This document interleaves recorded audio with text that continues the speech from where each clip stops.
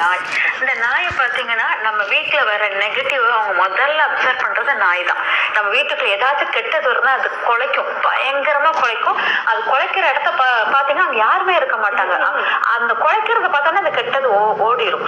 ஒரு காலபைரவருக்கு விளக்கேற்றுதல், அது ஊனமுற்றவங்களுக்கு உணவு கொடுத்தல், இந்த மாதிரி ஏதாச்சும் பரிகாரம் பண்ணிட்டு அது வந்து ரெக்கவர் ஆகணும் வழிஞ்சு நாயை துரத்துதலோ அடித்தலோ கூடாது. இந்த நாய் வந்து என்னன்னா நம்மளுடைய கர்மாக்களை கழிக்க வந்தது. சில வீட்டுல என்ன சுட்டு விரட்டுறாங்க இல்லையா, அந்த வீட்டுல பாத்தீங்கன்னா நிறைய உடல் உபாதைகள் இருக்கும். நாயை வந்து துன்புறுத்தவங்களுக்கு முதுகு வலி ரொம்ப இருக்கும். உங்ககிட்ட ரொம்ப தோஷமா இருந்துச்சுன்னா அந்த தோஷத்தை வாங்கி அந்த நாய் இறந்துகிட்டு இருக்கும். வீட்டுல வரிசையா நாய் அடிபடும். ஏன்னா அந்த நாய் வந்து அந்த துக்கத்தை எடுத்துட்டு போயிடும். இந்து மதத்தில் பூனைகள் வந்து வீட்டுல இருக்கக்கூடாது. ஆனா நாய்கள் இருக்கிற இடத்தில் பூஜைகளோ எதுவுமே பண்ண தேவையில்லை. அதுவே கடவுளாக அம்சமாக உங்க வீட்டை காவல்காரனாக மாறிவிடும். காலபைரவ அம்சத்துக்குரியவதான் நாய்.